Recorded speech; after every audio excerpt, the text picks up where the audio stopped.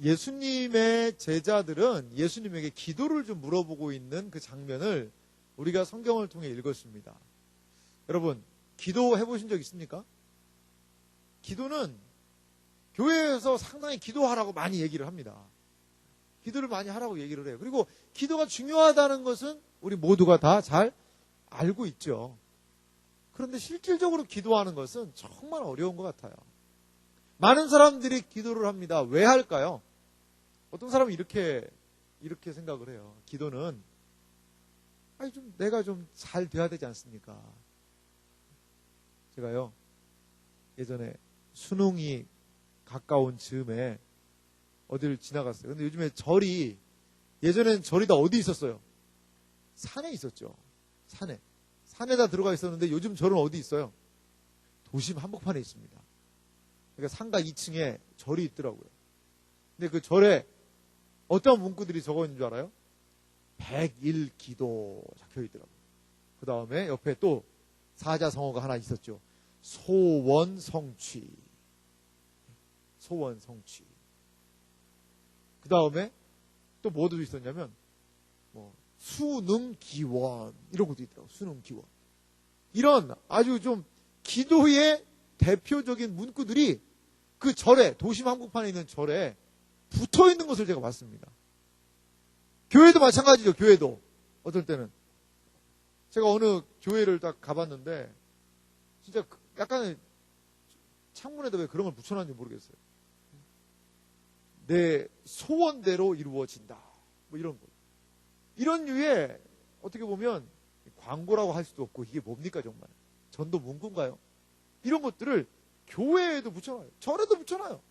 여러분 절에서 왜 기도할까요? 절에서 기도하면 부처님과의 친밀한 관계로 들어가서 부처님의 은혜를 공덕을 입고 부처님과의 영적인 교통함 속에서 부처님을 많이 사랑하게 된다? 이거 위해서 절에 가서 불공 드리고 하는 거예요? 그건 아니란 말이죠. 절에 가서 불공 드리고 기도하는 이유는 뭐예요? 소원 성취. 내가 좀 뭐 좀 잘 됐으면 좋겠다. 그리고 수능 사자성어로 계속 할게요. 수능 대박. 그 다음에 또 뭘 위해서? 사업 뭐 위해서? 성공. 그 다음에 또 사자성어로 하면 건강 뭘까요? 건강 축복 뭐 이런 거 조금 말이 안 맞네요. 약간 이런 거 위해서 하는 거 아니에요? 그렇지 않아요? 기도가? 물어보세요. 절에 다니는 분한테 물어보세요. 왜 기도합니까? 왜 그렇게 불공을 열심히 드립니까? 이 불도를 정진해서 부처님과의 친밀한 교제로 부처님 사랑해요. 이런 거 하려고. 뭔가 이상하단 말이죠. 근데요, 기독교에서는 왜 기도해요, 그러면? 기독교도 기도는 똑같은 거 매한가지 아닙니까? 소원 성취, 수능 대박. 이런 거. 교회도 이런 거 아닌가요?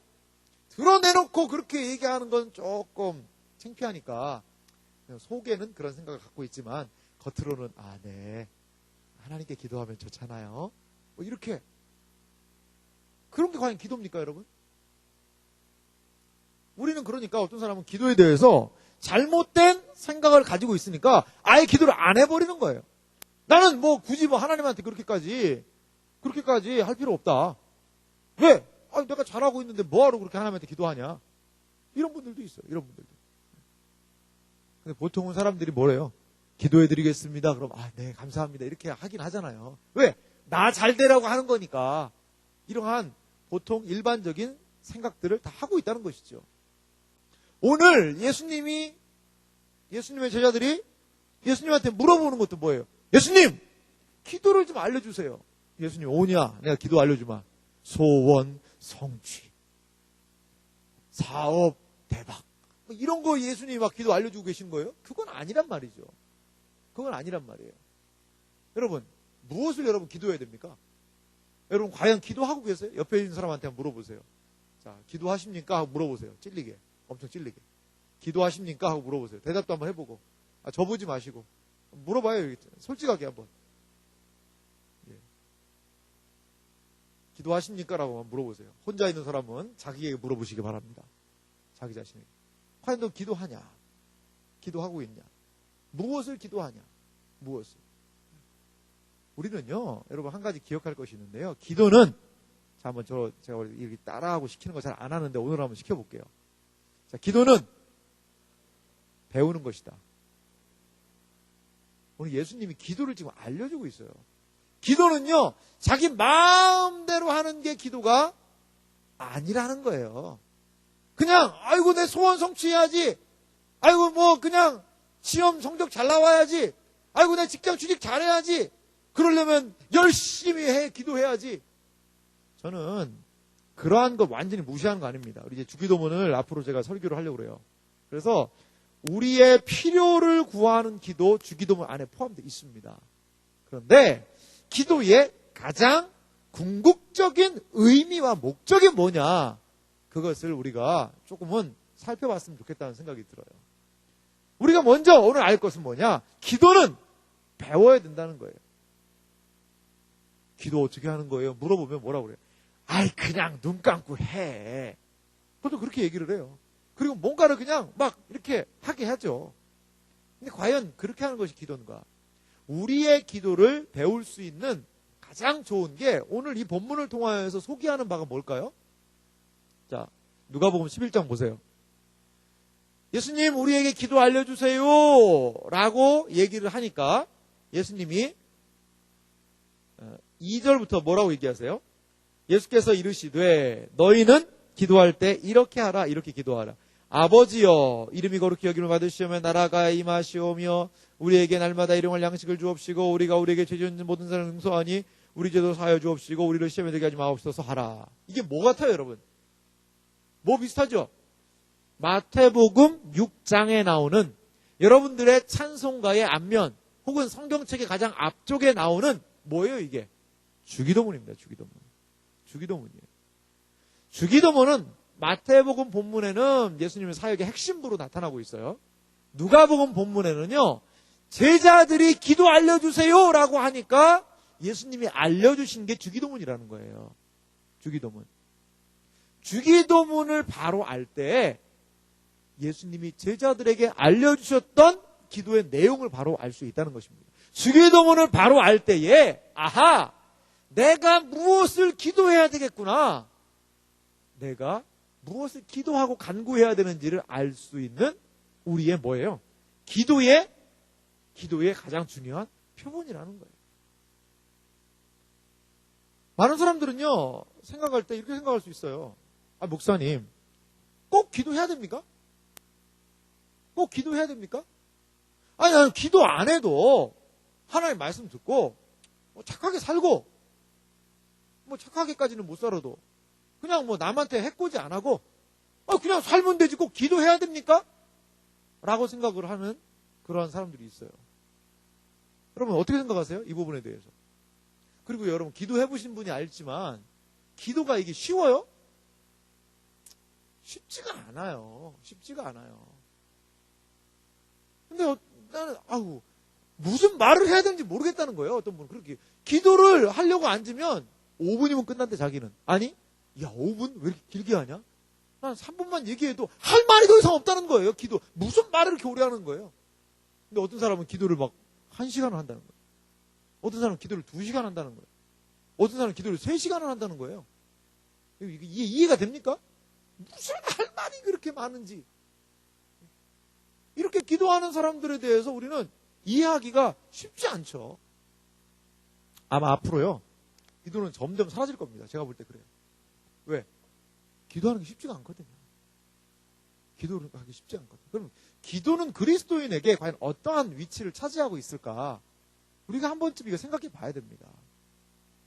제가 군인 얘기 계속해서 요즘에 상당히 자매들에게 좀 힘든 부분이 있잖아요. 근데요, 군인이 만약에 느낌이 좀 오게 할게요. 군인이 만약에 전쟁이 났는데 총을 못 쏜다. 그럼 뭐예요? 어떻게 되는 거예요? 전투를 수행을 해야 되는데 총을 못 쏴요. 총을 못 쏴. 그럼 어떻게 될까요? 한마디 나왔네요. 죽어요. 맞아요. 죽어요.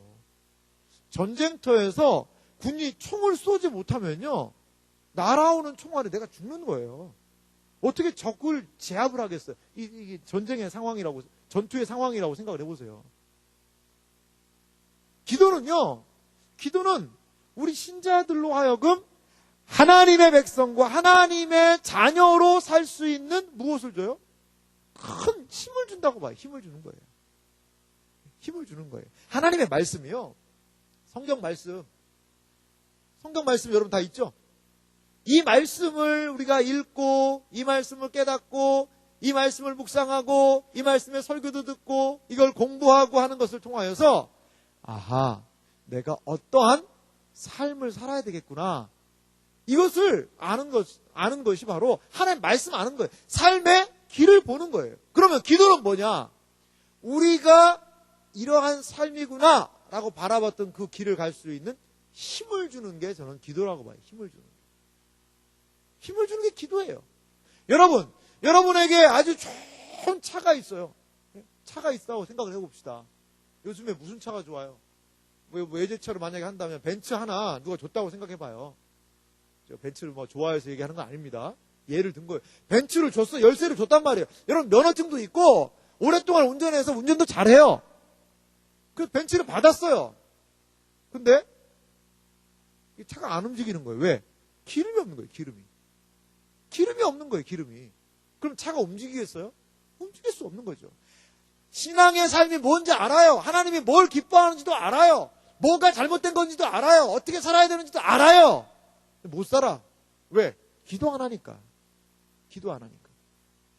그래서 성경은요, 끊임없이 얘기를 해요. 뭘 얘기하냐? 어떻게 우리 신자가 하나님 앞에 보시기에 거룩해질 수 있느냐?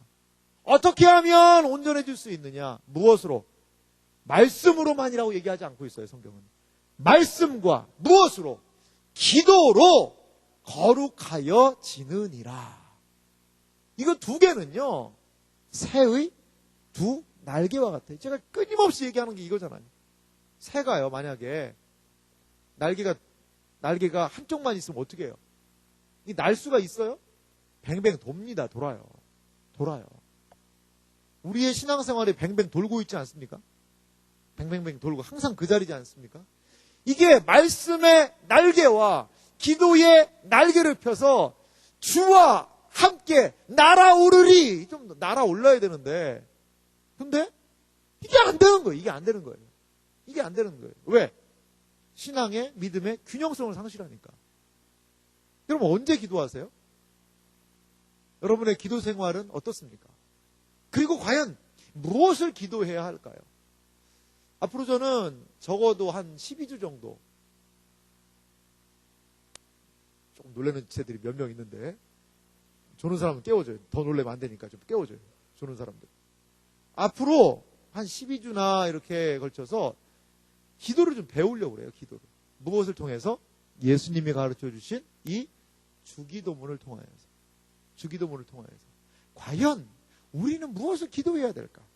과연 나는 신자로서 어떻게 기도해야 될까? 과연 무엇을 기도하는 것이 하나님 보시기에 온전한 기도인가? 이 주기도문은 왜 주기도문이라고 얘기해요? 주님이 가르치신 기도예요. 그러니까 주기도문이에요. 예수님이 가르쳐 주신 이 주기도문을 통하여서 우리의 기도의 생활이, 우리의 간구의 제목이 달라지게 되는 그런 은혜가 우리 모두에게 있기를 주님의 이름으로 축원합니다. 좋습니다. 그러면 예수님은 어떻게 기도하셨을까? 그 부분을 우리가 먼저 좀 살펴보도록 합시다. 예수님은요, 일평생 동안 기도하신 분이셨어요. 누가복음은요, 특별히 예수님의 기도하신 많은 장면들을 우리에게 소개하고 있다는 거죠. 그러면 예수님은 어떻게 기도하셨을까요? 먼저 첫 번째로 예수님은 세례 받으시며 기도하신 부분을 볼 수가 있습니다. 첫 번째, 누가복음 3장 21절과 22절 말씀 자막이 준비됐는데요. 같이 읽어보도록 하겠습니다. 같이 읽습니다. 백성이 다 세례를 받을새 예수도 세례를 받으시고 기도하실 때에 하늘이 열리며 성령이 비둘기 같은 형체로 그의 위에 강림하시더니 하늘로부터 소리가 나기를 너는 내 사랑하는 아들이라 내가 너를 기뻐하노라 하시니라. 21절 말씀 올려주실래요? 백성이 다 세례를 받을세, 예수도 세례를 받으시고 뭐 하실 때? 기도하실세. 예수님의 세례를 받으시는 장면, 거기에서 뭘 얘기하고 있어요? 예수님이 뭐 하셨다는 거예요? 기도하셨다는 거예요. 다른 공간복음에는 이 부분이 기록이 되지 않았어요. 근데 누가복음에는 거기서 기도하셨다는 거예요. 예수님께서 세례라는 게 뭘까요? 예수님이 세례. 예수님의 세례는요, 예수님의 이제 공적인 사역이 시작되는 출발점입니다. 이때부터 예수님의 어떻게 보면 공생애라는 것이 시작되는 거예요. 예수님은 그 이전에는 사생애를 사셨어요. 그런데 이제 세례를 받으시는 그때부터 예수님은 공생애의 시작이 되신 거예요. 공생애의 시작이. 예수님의 공생애는 세례와 함께 시작됐어요. 그런데 누가는 그때 예수님이 기도하셨다는 거예요. 기도하셨다는 거예요. 우리도 새롭게 출발할 때가 있죠. 우리도 무엇인가 새로운 일들을 감당할 때가 있죠. 그때 기도가 필요한 때입니다. 예수님도 그렇게 기도하셨어요. 그렇게 기도할 때에 예수님은 위에서 성령이 비둘기 같은 형체로 임하여서 이는 내 사랑하는 아들이요 내가 너를 기뻐한다. 이러한 하나님 아버지의 분명한 은혜를 경험한 그 부분을 우리가 볼 수 있습니다. 예수님은 세례 받으시며 기도하셨어요. 두 번째 예수님은 어떤 장면에서 기도하셨을까요? 6장을 보도록 하겠습니다. 우리 성경을 좀 찾아볼까요? 누가복음 6장 보겠습니다. 누가복음 6장 12절 말씀, 자막도 준비됐습니다. 12절, 13절을 같이 읽어볼게요. 누가복음 6장 12절입니다. 같이 읽겠습니다. 이때에 예수께서 기도하시러 산으로 가사 밤이 새도록 하나님께 기도하시고 밝음에 그 제자들을 부르사 그 중에서 12를 택하여 사도라 칭하셨으니. 12절을 올려줘 보세요. 이때는 무슨 때일까요?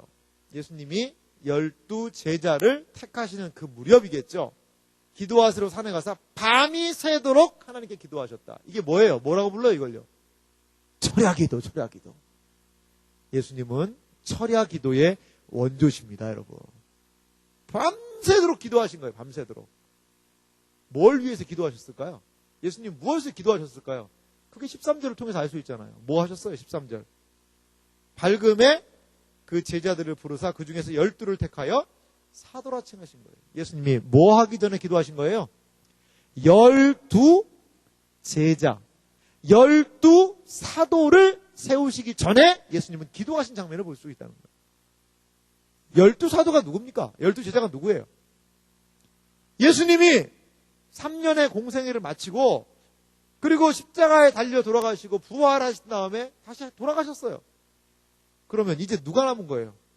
12명 남은 거예요. 12명. 물론 뭐 500의 형제에게도 일시에 모이셨고 120 문도가 기도하는 부분도 있지만 핵심은요 12명이었다는 거예요. 12명. 12명이에요. 이 지구상에 예수님을 믿는 사람 쉽게 말하면 12명과 몇몇 그 소수예요. 12명의 지도자 두고 떠나야 돼요. 그 12명을 택하시기 전에 예수님 뭐 하셨다는 거예요? 밤새도록 기도하셨다는 거예요. 밤새도록 기도하셨다는 거예요. 그러니까 이만큼 12 제자를 선택한 것은 뭐하다? 중요한 사건이었다는 것이죠. 그만큼 이제 예수님의 지상 사역을 모든 생애를 삶을 그들에게 맡기고 쉽게 말하면 가는 거예요. 올라가시는 거예요.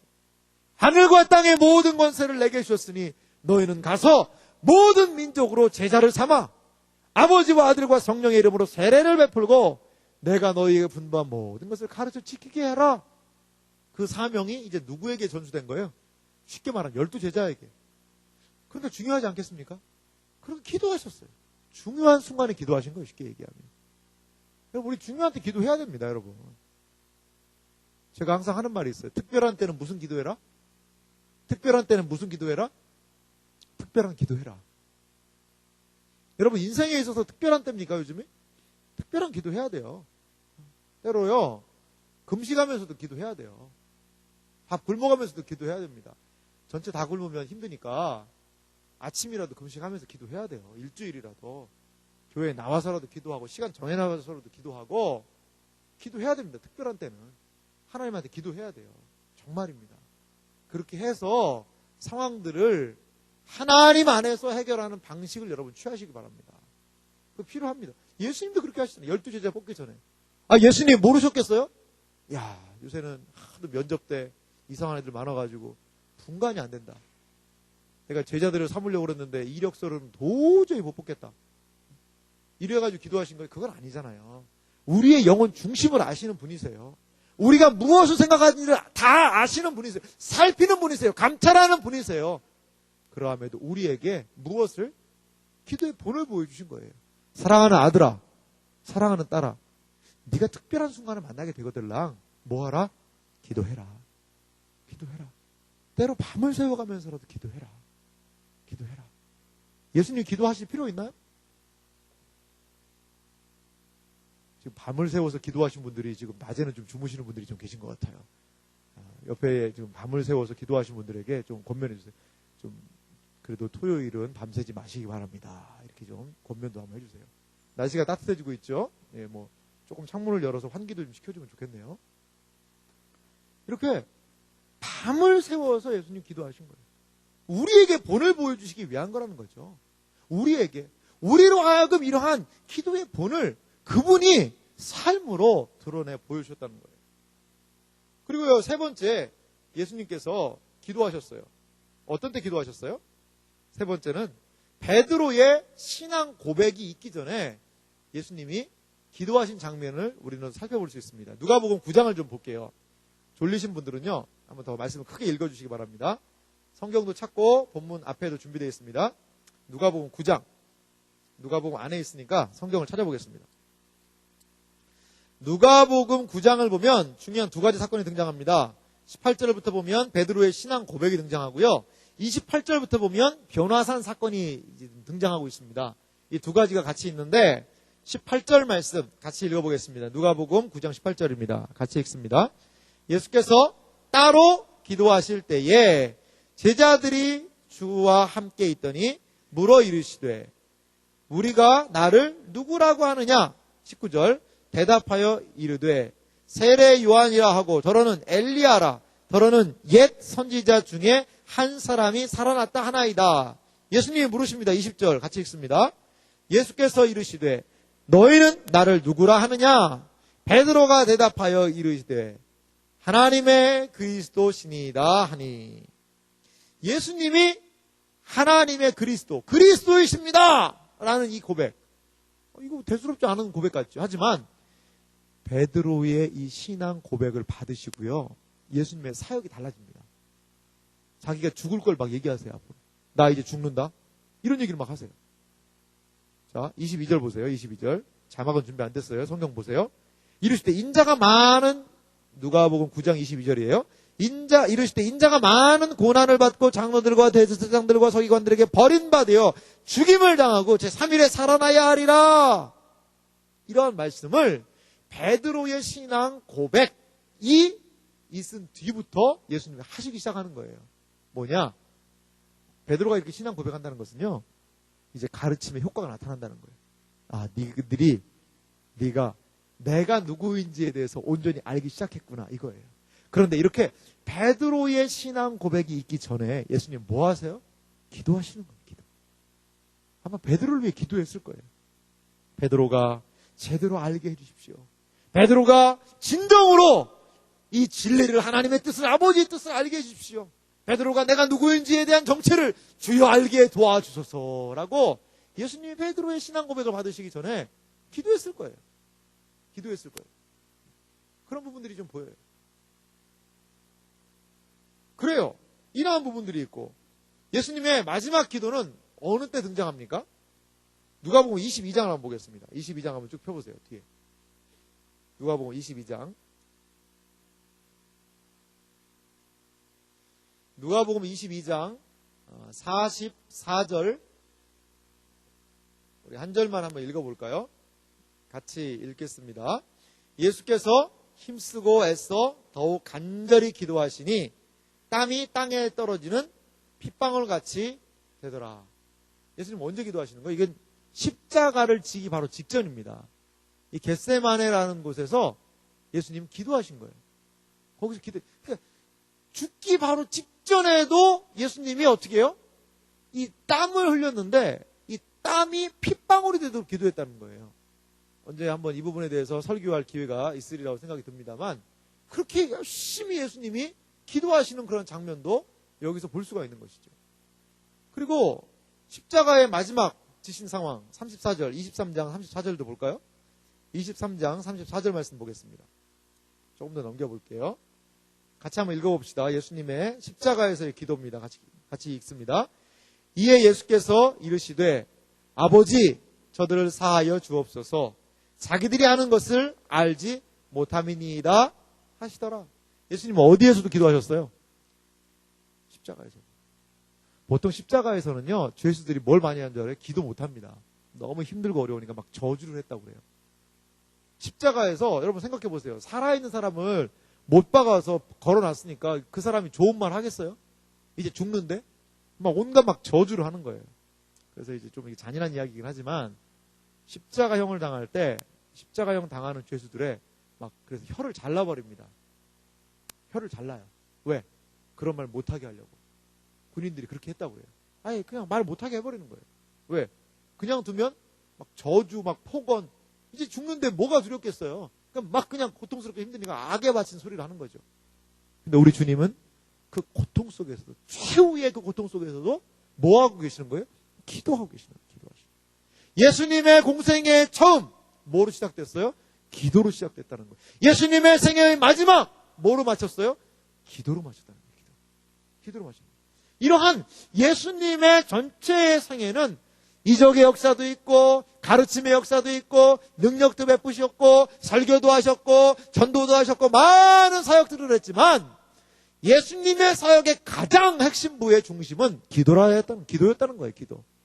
기도였다는 거예요. 그러면 예수님이 왜 기도하셔야만 했을까? 저는 예수님이 기도하셔야만 했던 이유의 첫 번째는 뭐냐? 이 땅에서 하늘 아버지와의 친밀감을 저는 유지하셨다고 봐요. 기도를 통하여 하늘 아버지와의 친밀한 은혜, 천상에서 그분과 누렸던 그런 친밀함을 이 땅에서 누리셨다고 봅니다. 두 번째, 왜 예수님 기도하셨을까? 예수님 기도하실 필요가 없어요. 어떻게 보면 예수님은 기도의 대상이시기도 한 그런 분이세요. 그런데 왜 기도하셨을까? 그것은 바로 예수님이 우리도 기도하는 삶을 살게 하시려고 우리가 기도의 본을 보여주신 부분이 있는 것 같아요. 기도의 본. 우리 예수님 닮기 원한다는 것은요. 예수님처럼 기도하기 원한다는 거예요. 예수님처럼 기도하는 그러한 삶을 살아야 한다는 거예요. 여러분, 예수님처럼 기도하시는 여러분들 되시기를 주님의 이름으로 간절히 소망합니다. 옆 사람하고 한번 얘기합시다. 우리 한번 기도하는 삶을 삽시다. 얘기 한번 해봅시다. 기도하는 삶을 삽시다. 한번 얘기 한번 해보세요. 웃지만 말고. 예, 웃지요. 정말 여러분 기도하는 삶을 사셔야 돼요. 기도하는 삶을. 자, 그런데 이러한 예수님에게 어떻게 보면 기도의 삶을 사신 그분에게 제자들이 나왔고 주님, 우리에게도 기도를 좀 알려주십시오. 이렇게 얘기하고 있다는 거예요. 유대인들의 기도의 전통에 대해서 좀 잠깐 살펴보기를 원하는데요. 유대인들은요, 이렇게 기도했다고 그래요. 하루에요, 3번 기도했대요, 3번. 아는 어떤 분이 그런 얘기를 해요. 회사에 파키스탄 사람하고 같이 일을 한대요, 지금. 파키스탄 그 사람하고 같이 일을 하는데, 이 사람이 누구예요? 이슬람이래요, 무슬림이래요, 무슬림이에요. 그러니까 이슬람교를 믿는 사람이죠. 무슬림이에요. 그런데 이 사람은요, 정말 하루에 5번 기도한대요. 빈 회의실에 자기 양탄자 있대요. 자기 기도하는 시간이라고 딱 간대요. 그래서 양탄자 딱 깔아놓고 기도하는 거예요. 이렇게. 기도하는 거예요. 자기 기도해야 하는 양탄자가 있어요. 그분들은. 그거 딱 깔아놓고, 알죠 여러분? 어떻게 기도하는지. 시범을 보여줄 수는 없고. 좀 그렇게, 뭐 이런 거 알잖아요. 이렇게 바닥에다가. 진짜 그렇게 기도하는 거예요. 시간에 맞춰서. 직장생활 하는데도. 참 대단합니다. 어떤 측면에서 이슬람들. 대단한 거예요. 그 사람들이 어떻게 형식만 남아있는 부분들도 있을 수 있겠지만 참 대단한 거예요. 어떤 측면에서. 우리는 형식, 내용이 중요하지라고 얘기하면서, 마음이 중요하자라고 얘기하면서, 어때요? 형식도 다 무너져버렸잖아. 어떤 측면에서. 형식도 다 무너져버리지 않았나요, 여러분? 근데 그 사람들은 그거를 지키는 거예요. 그리고 때로 그 형식에 자기의 마음을 실어요. 그래서 기도하는 거예요. 기도하는 거예요. 이렇게 유대인들도 하루에 3번 기도했다는, 이거 알 수 있는 게 다니엘서 이런 부분이 있어요. 다니엘 6장 10절 말씀 보니까요, 이런 부분이 있습니다. 제가 읽어볼게요. 다니엘이 이 조서에 왕의 도장이 찍힌 것을 알고도 자기 집에 돌아가서 윗방에 올라가 예루살렘을 향한 창문을 열고 전에 하던 대로 하루 3번씩 무릎을 꿇고 기도하며 그의 하나님께 감사하였더라. 3번이나 창문을 예루살렘 쪽으로 열어놓고 다니엘이 기도했다는 거예요. 기도하면 죽는다. 왕을 제외한 사람에게 경배하고 기도하면 그 사람 죽입시다. 이러한 조서가 찍혔는데도 불구하고 기도하잖아요. 유대인들은 철저하게 기도하는 사람들이었어요. 그러니까 어떻게 보면 예수님의 제자들도 이러한 유대인이었기 때문에 기도했을 겁니다. 그러면 기도가 족하지 않을까? 라고 생각할 수가 있어요. 그런데도 예수님께 지금 기도를 알려달라는 거예요. 그 당시에, 근데 이제 좀 재밌는 표현이 누가복음 11장 1절에 보면 누구 얘기를 해요, 제자들이? 세례 요한을 얘기해요. 주여 요한이 자기 제자들에게 기도를 가르친 것과 같이라는 그런 표현이 있다는 거죠. 요한도, 세례 요한도 자기의 제자들에게 뭘 알려줬다는 거예요? 기도를 알려줬다는 것이죠. 기도를. 요한을 따르는 무리들, 세례 요한을 따르는 무리들에게 요한은 너희들이 이렇게 기도해라 라고 알려줬다는 거예요. 그 당시에 보면요, 바리새파, 사두개파, 열심당 이러한 사람들은 각 종파별로요 그 제자들에게 기도를 알려줬다는 거예요. 그러니까 이 기도는 어떤 측면이 있냐면, 우리가 뭐 기도를 알려달라는 거 뭐 개인적으로, 예수님 나 어떻게 기도해야 돼요? 나 기도 어떻게 하는지 잘 모르겠어요. 그래, 너 이렇게 기도해. 이런 측면이 아니라는 거예요. 여기서 오늘 이 본문의 의미를 살펴보면, 어떻게 보면 예수님을 따르는 무리들, 다른 말로 하면 바리새파 사람들의 무리들, 세례 요한을 따르는 무리들, 열심당을 따르는 무리들의 기도는 뭐냐? 쉽게 말하면 행동 강령이라는 거예요. 행동 강령. 행동 강령. 뿌리 깊은 집안에는 항상 뭐가 붙어 있어요? 한쪽 벽에 뭐가 붙어 있죠?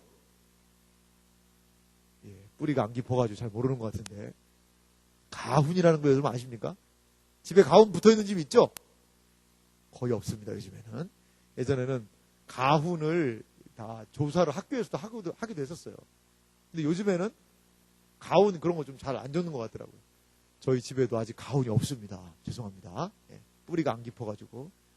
그러니까 이 가훈을 적어놓잖아요. 가훈은 뭐예요? 적어도 우리 집 식구들은 이렇게 살자. 그 집에 뭐예요? 행동 강령이죠. 적어도 우리 집에서 숟가락으로 밥 먹을 사람들은 이렇게 해야 된다. 아버지가 막 가훈 첫 번째 항상 웃으며 살자. 두 번째 이불은 자기가 개자. 뭐 이런 거. 세 번째 아침은 9시에. 뭐 이런 것들. 그래가지고 나름대로 우리 집에서는 이거 지켜야 돼! 라고 하는 것들을 가훈으로 내건단 말이죠. 그러니까 예수님 기도 알려주세요 이건요, 단순한 기도, 그래 니들 이렇게 기도해, 이 정도가 아니라 예수님을 따르는 사람들의 어떤 측면이 있어요? 행동 강령이라는 거예요. 적어도 우리는 이러한 것들을 가지고, 이러한 슬로건을 가지고, 이러한 목적을 가지고 우리는 모이는 사람이다. 이것을 위해서 그래서 우리는 기도해야 된다 라는 거예요. 그러니까 개인적인 기도가 아니에요. 개인적인. 여러분 기도 제목 뭐예요? 자매님 기도 제목 뭐예요? 물어보면 예, 저는요 이번에 시험 준비하고 있습니다. 며칠 날 시험 보는데 위해서 기도해 주세요. 그래요? 알겠습니다. 이 정도 수준이 아니라는 거예요. 예수님을 따르는 사람들, 예수님을 따르고 믿는 사람들이 공통적으로 가져야 되는 기도의 제목, 가져야 되는 기본적인 가치, 이거라는 거예요. 여러분 주기도문이, 그러니까 우리가 생각하는 것보다 어때요? 더 어떻게 보면 큰 의미가 주기도문 안에 있다는 것을 여러분 기억하셨으면 좋겠어요. 그렇다면요, 주기도문이란 과연 무엇일까? 간략하게 우리 정리하면서 한번 보도록 하겠습니다. 첫 번째는요, 주기도문은 하나님에 대한 간구와 우리의 간구로 구성되어 있는 것을 볼 수가 있습니다. 주기도문은.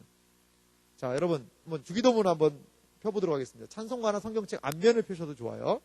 그리고 마태복음 6장을 펴서도 좋습니다. 봅시다. 마태복음 6장 9절부터 해서 13절까지가 주기도문의 내용입니다. 조금 더 자세하고, 뭐 누가복음이나 이 내용이 거의 같은데, 내용은 같은데 조금 이제 마태복음은 그 내용을 상세하게 기술한 것들을 좀 볼 수가 있어요. 여러분 보세요. 그 찬송가나 성경책 앞면에도 있죠? 예, 거기 한번 보십시오.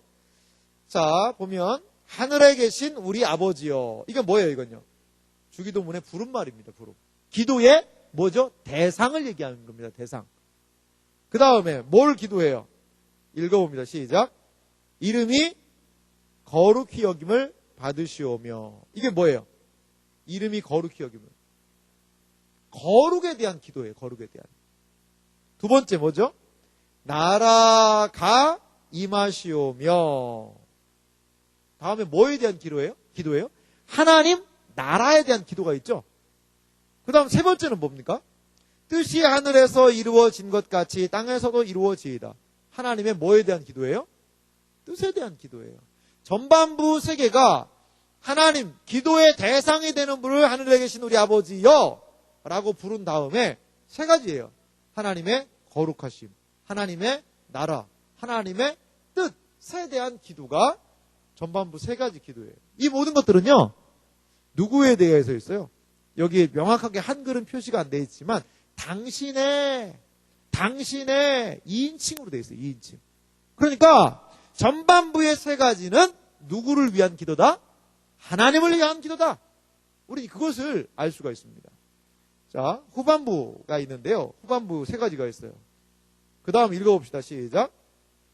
오늘 우리에게 일용할 양식을 주시옵고. 뭐에 대한 부분이에요? 이제 우리에 대한, 우리라고 1인칭으로 되어 있잖아요. 우리에 대한 기도예요. 뭐 달라는 거예요? 양식 달라는 기도입니다. 양식. 오늘날 우리에게 일용할 양식을, 양식이라고 표현됐는데 원어적인 의미는 빵입니다. 빵. Our daily bread. 오늘 빵이에요. 오늘 먹을 빵 주세요. 이거 기도하는 거예요. 그러니까 기도라는 게 예수님이 가르쳐준 기도가 절대적으로 니는 하나님한테 절대 복종, 절대 순종, 하나님만 있지 니들은 없다. 니들은 사는 인생은 없다. 이게 아니에요. 우리의 필요도 기도 안에 포함이 되어 있다는 것이죠. 그걸 여러분들이 기억할 필요가 있습니다. 그리고 또 뭐가 나와요? 우리가 우리에게 죄 지은 자를 사하여 준 것 같이 우리 죄를 사하여 주옵소서. 이 죄 사함에 대한 기도. 하나님, 죄 사함의 은혜를 주세요. 이거에 대한 것이 또 있어요. 마지막 세 번째는요. 우리를 시험에 들게 하지 마옵시고 다만 악에서 구하옵소서. 하나님의 보호죠. 죄 사함과 하나님으로 말미암는 보호. 이것을 구하고 있어요. 그러니까 우리 인간적인 측면에서는 세 가지를 뭐를 구하고 있죠? 양식 구하고 있고 또 뭘 구하고 있어요? 죄 사함을 구하고 있고 또 뭘 구하고 있어요? 악으로부터의 보호를 구하고 있다는 것이죠. 그 다음에 나라와 권세와 영광의 아버지께 영원히 싸움나이다. 아멘. 이것은 송영이라고 우리 하나님에 대한 찬송이에요. 찬송. 이게 바로 주기도문의 구조입니다. 예수님이 누구를 알려줬어요? 기도의 대상이신 하나님 불러라. 마지막에 나라와 권세와 영광의 아버지께 영원히 있습니다. 찬송으로 맞춰라. 그 다음에 전반부 세 가지는 하나님을 향하여서 너희들이 기도해야 된다. 하나님의 거룩하심, 하나님의 나라, 하나님의 뜻에 대해서 너희들은 먼저 기도해라. 그 다음에 너희들은 필요한 양식을 구해라. 또 너희들은 죄 용서를 위해서 구해야 된다. 그리고 또한 너희들은 악에서부터 보호받도록 기도하려무나. 이것이 예수님의 주기도문의 어떻게 보면 구조적인 내용이라는 거죠. 그러니까 의미론적으로 쉽게 얘기하면 너희는 먼저 하나님의 영광과 하나님의 나라와 하나님의 뜻을 구하라. 그리하면 너희에게 양식과 죄 용서와 시험으로부터의 보호를 내가 줄 것이다. 이것이 주기도문의 핵심이라는 거예요. 이것이 바로 예수님을 따르는 무리들이 기대할 바라는 것이죠. 예수님을 따르는 무리들에게 하나님께서 해주시겠다는 약속이자 그들이 추구하는 바라는 거예요. 이들은 하나님의 거룩을 추구하는 사람들입니다. 이들은 하나님의 나라를 추구하는 사람들입니다. 이들은 하나님의 뜻을 추구하는 사람들이라는 것이죠. 그러할 때 하나님은 그들의 양식의 문제, 먹고 사는 문제, 이 땅에서의 문제 해결할 수 있는 은혜가 있는 것이죠. 그들의 죄 용서의 문제, 구원의 필수적인 요소라고 할 수 있는 그 문제를 하나님은 해결해 주신다는 것이죠. 그리고 우리를 내가 사망의 음침한 골짜기를 다닐지라도 해를 두려워하지 않을 것은 주께서 나와 함께 하심이라. 주의 지팡이와 막대기가 나를 안위하시나이다 라고 다윗이 고백했던 것처럼 그러한 보호의 역사가 이 주기도문을 가지고 기도하는 심령에게 있을 것이라는 것이죠. 이게 바로 주기도문의 구조적인 내용에서 우리에게 보여주는 바예요. 하나님을 향하여 기도하라. 그리고 또 우리의 필요와 우리의 상황을 아뢰라. 그 구체적인 기도의 제목까지도 주고 계신 것을 우리는 볼 수가 있습니다. 그리고요, 두 번째로요, 주기도문은 뭐냐? 교회의 사명선언문이라는 거예요. 사명선언문. 교회가 뭐냐? 예수님을 따르는 사람들은 뭐 하는 사람들이냐? 조금 전에도 말씀드렸지만요, 거룩을 추구하는 사람들입니다. 교회가요, 이 세상에서 추구해야 되는 게 뭘까요? 뭘 추구해야 될까요?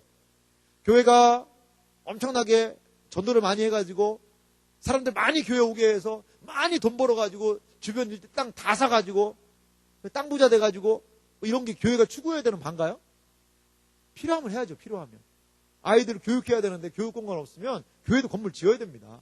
사람들 많이 모여있는데 사회복지 시설 필요한데 하면요, 헌금해서 지어야 돼요. 우리도 그래서 지었잖아요. 지금 복지관도 지었잖아요.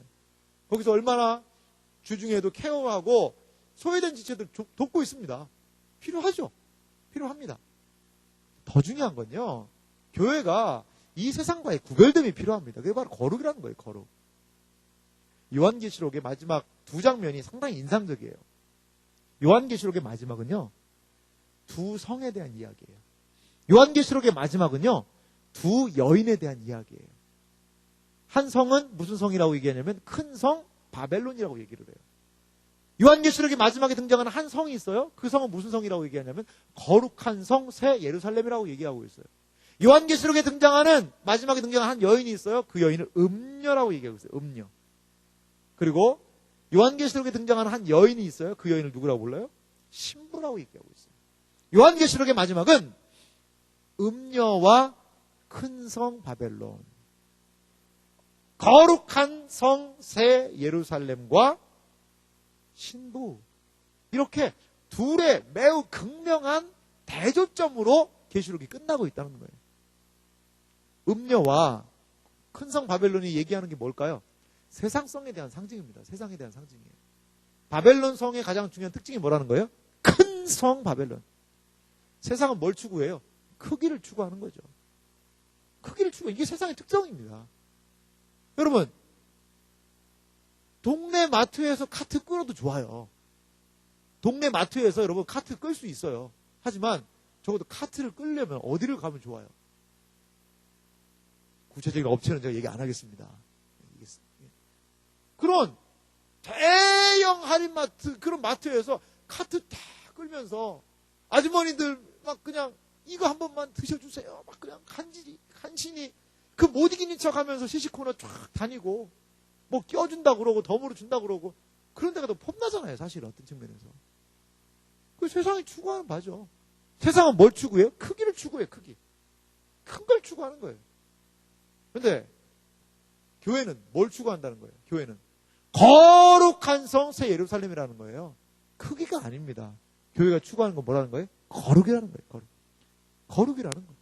세상과 구별되고 세상과 다르고 세상의 가치 방식과 그 모든 것을 똑같이 교회에서도 하지 마라. 이게 바로 교회가 거룩해져야 된다는 거예요. 교회는요, 세상을 추구하는 게 아니에요. 교회에서도 막 이익을 내가지고 뭔가를 많이 해야 된다. 그거 아니에요. 하나님의 사람이 그 마음이 새로워지고 그 마음이 달라지고 그 심령의 변화를 경험하여서 내 마음대로 살던 사람이 너희는 먼저 그의 나라와 그의 의를 구하라.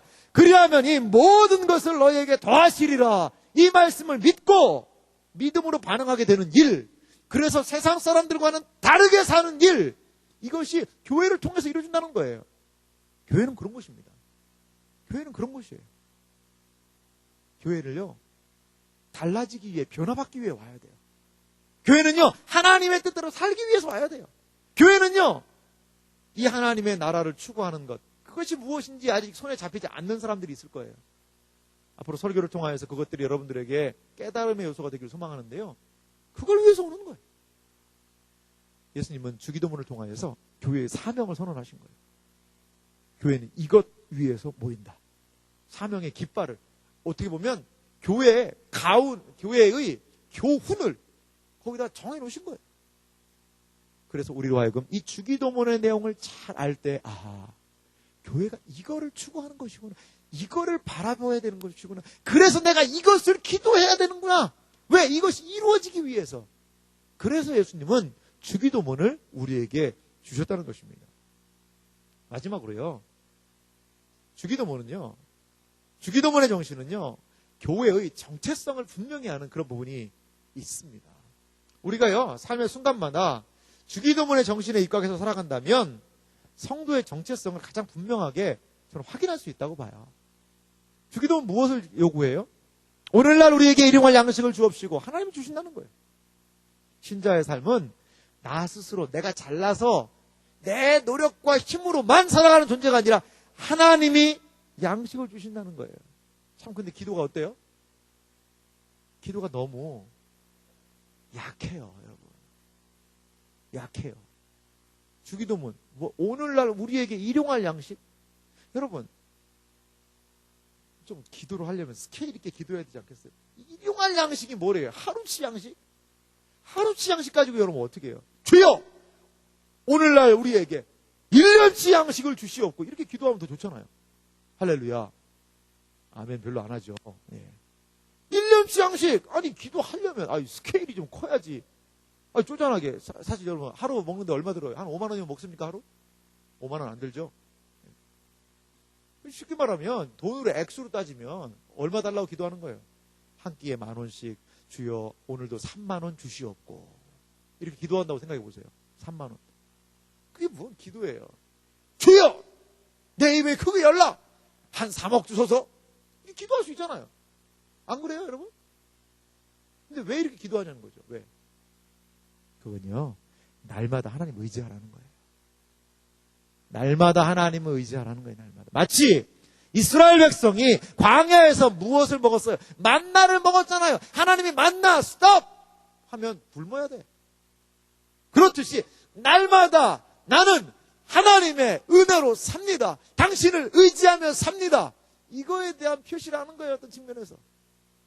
하나님은 우리에게 일용할 양식을 구하라고 해요. 날마다 하나님을 의지하고 날마다 그분을 신뢰해서 살아가는 거예요. 주일날만 예배드리는 날만 하나님 기억하라, 그거 아니에요. 날마다, 내일 월요일 날 하나님의 은혜가 가장 필요하고, 여러분들이 시험을 봅니까? 여러분들이 회사에서 맡은 프로젝트에 발표가 있습니까? 여러분들이 앞으로 중요한 만남을 앞두고 있습니까? 여러분들이 중요한 일들을 처리해야 됩니까? 그때도 기도해야 돼요. 하나님 도와주십시오. 하나님 도와주세요. 하나님 저와 함께 해주세요. 그때가 기도가 필요한 때라는 것이죠. 혼자 하려고 하지 마세요, 여러분. 날마다 하나님과 함께 하세요. 날마다 아침마다 기도하세요, 여러분. 아침마다. 그래서 왜 아침에 기도합니다. 목사니까 당연히 기도해야지. 목사도 기도하기 힘들어요, 여러분. 목사하고 자동으로 딱 일어나는 줄 알아요. 생체 리듬에, 목사 생체 리듬 있어가지고, 새벽 4시 반은 일어날 시간이다. 그래 저절로 눈이 떠진다든가, 그러지 않습니다. 알람과의 사투. 몇 번이나 이걸 껐다가, 시간을 봤다가, 1분만 더 자도 되지 않을까, 이런. 목사의 연약함을 보여주고 있는 거죠, 지금 여러분. 벌떡벌떡 일어나지 못합니다. 제가 예전에 청년 때는 너무 힘들어가지고 일어나는 게 힘들더라고요. 얼마나 대학생 때 잠이 많아요. 그래가지고 너무 센 얘기를 해서 미안합니다만, 제가 약간 장가, 회초리인가 이런 걸 옆에 두고 잤어요. 하도 안 일어나니까, 자, 일어나자. 그러고 제가 그걸로 이렇게 찰싹 세게 때리진 않았어요. 세게 때리지는. 줄갈 정도는 아니었고, 그래도, 자, 일어나자. 그러고서 저에 대한 체근이죠. 체근. 그리고서는 기숙사 살 때 그냥 거의 졸린 눈을 비비면서 기도하러 가기도 했었어요. 근데 좀 아프더라고요. 그래가지고, 꼭 이렇게까지 할 필요 있냐. 그래서 안 하겠는데, 진짜 그렇게, 정말 그렇게라도 일어나서 기도해야 되겠더라고요. 그렇게라도 기도하니까 하나님이 여러분들도 만나게 해주시고, 이렇게 여기까지 오게 하신 것 같아요. 여러분, 제가 도전합니다, 여러분. 저는 하루 브리핑을 하나님한테 합니다. 하나님, 오늘 누구 만나고, 이런 상황이 있고, 이런 부분이 있습니다. 하나님 도와주십시오. 어떻게 해야 됩니까? 하나님 좀 지혜를 주십시오. 알려주십시오. 이런 기도해요, 정말. 그 전에 하나님에 대해서 먼저 기도하죠. 하나님과의 그 친밀함. 기도가 뭐예요? 하나님과의 교제거든요, 교제. 하나님과의 만남이거든요. 그렇게 기도해요. 하루를 좀 그분께 아뢰요. 보고 드리고 시작합니다, 사실. 좀 쉽게 얘기하면. 하루 일과를 좀 보고 드리면서 해요. 그러면요, 정말 놀라운 경험들이 많습니다. 정말. 이 닭살 돋는 전율이라는 거 아세요? 와, 진짜 하나님 이렇게 도와주시네? 그런 것을 경험한 게 한두 번이 아니에요. 여러분, 이제 그럼 기도 경험 한번 해봐야 될 거 아니에요? 그냥 신앙이라는 게 일요일 날 한번 띡 가가지고 예배 드려오고 뭐 그게 다가 아니라 정말 기도해 보십시오. 기도를 시작하는 건 신자로서의 삶을 시작하는 첫걸음이라는 것을 믿으시기 바랍니다. 기도해주세요. 기도해야 돼요. 왜? 우리의 삶이 너무 어렵기 때문에. 왜? 우리에게 더욱더 많은 하나님의 도움이 필요하기 때문에. 왜? 우리는 하나님과의 더욱더 친밀한 교제로 나아가야 되기 때문에. 나의 믿음이 연약하기 때문에 우리 기도해야 됩니다. 기도해야 돼요. 금요 기도해요. 얼마나 좋은 기회예요, 여러분. 뭘 기도해야 될지 모르잖아요. 친절하게 목사님들이 기도 제목까지 알려줘. 이거 가지고 기도하세요. 그 옆에서 같이 제가 기도도 해줘. 졸릴 틈이 없어. 금요 기도회. 왜 이렇게 안 나와요, 금요 기도회는? 나와야 돼요. 금요일날 나와서 한번 기도해 보세요. 한 주간의 마지막을 피곤하고 힘들고 어려워서 그냥 퍼져서 TV는 나의 목자시니 내가 너 때문에 산다. 이렇게 하지 말고 일주일 간신히 버텼다. 아유, 이거 봐야지. 이 옛날 지난 거니까 하는데 제가 버스 타고 가다가 어떤 자매들이 앞에서 자매인지는 어떤 여자들이죠. 신앙생활 하는지는 모르니까 그러더라고요. 야, 그때 한참 유행했던 프로가 야심만만이라는 게 있었어요. 나 그거 아니었으면 나 어떻게 요새 사는지 몰라. 이렇게. 나 무도 아니면 진짜 어떻게 살지? 무도 봐야 되나? 이런 태양의 제국 뭐 이런 거. 그런 것들 아예 필요 없다고는 얘기 못 하겠어요. 하지만 기도하는 일에 좀 마음을 좀 기울여 보세요, 여러분. 기울여 보세요. 여러분들이 신자라면, 여러분들이 하나님의 자녀라면 기도에 대해서 다시 한번 우리가 발굴해내야 돼요. 정말 너무나 이게 유물과도 같이 땅에 묻혀있는 것 같아요. 꺼내세요. 꺼내서 흙을 좀 털어내고 꺼내세요. 닦아내세요. 그래서 기도가 빛을 좀 발하게 한번 해보시라는 거예요. 빛을 발하게. 그래야 신자로서 살 수 있습니다. 그래야 신자로서 힘을 얻을 수 있어요. 그래야 신자로서 나아갈 수가 있는 거예요. 토요일 날 5시 50분이면 우리 청년들 모여서 기도해요. 토요일 날. 전사님들 말씀 듣고 그리고 교회를 위해서 뜨겁게 기도해요. 기도하라고 김밥도 줘요. 김밥도. 먹을 것도 주면서 기도하자고 모이자는 거예요, 여러분. 조단위로 기도회에 참석하기 결심하고 다짐 한번 해보세요. 우리 조원들 이번 오는 토요일 기도 모임은 100% 출석이다. 가서 기도하자 같이. 청년부를 위해서 기도하자. 얼마나 기도할 게 많습니까? 여러분, 기도는요 신자의 정체성이라는 거예요. 예수님이 그것을 알려주기 위해서 일생을 기도하셨던 이분께서 제자들에게 이제 주기도문을 알려주고 계시다는 거예요. 이제 저도 기도가 너무나도 힘들어지고 있는 이 시기에 다시 한번 이 예수님의 말씀을 기억하며 주기도문을 같이 여러분과 나누기를 소망합니다. 여러분, 한 가지 근데 기억하세요. 기도에 대한 설교를 듣는 것이 기도를 대신할 수는 없습니다. 여러분, 기도에 대한 책을 읽는 것이 기도를 대신할 수 없습니다. 여러분, 기도에 대한 이야기를 듣는 것이 기도를 대신할 수 없습니다. 스스로 내가 기도해야만 기도의 능력을 경험할 줄 믿습니다. 스스로 내가 기도의 자리에 깨어 나아가야만 하나님의 놀라운 이러한 기도를 통한 역사를 경험하게 될 줄 믿습니다. 이번 주기도문이 강해되는 시간을 통하여 우리 모두의 기도가 새로워지길 소망합니다. 그래서 하나님이 원하시는 기쁜 기도자의 모습으로 서시는 여러분들이 되시기를 주님의 이름으로 축원합니다. 기도하겠습니다. 여러분, 우리 어떻게 기도하고 있습니까? 여러분, 언제 기도하고 있습니까? 어떠한 방식으로 기도하고 있습니까? 불신자들과 같이 기도하고 있는 것은 아닙니까? 우리의 기도의 모습을 좀 이 시간 살펴봤으면 좋겠습니다. 돌이켜봤으면 좋겠습니다. 그리고 우리도 예수님이 알려주시는 기도를 함으로 인하여 바른 기도자가 될 수 있도록 도와달라고, 그리고 예수님을 기뻐하는 그러한 온전한 기도자로 세워달라고 같이 말씀을 생각하며 기도하도록 합니다. 기도하겠습니다.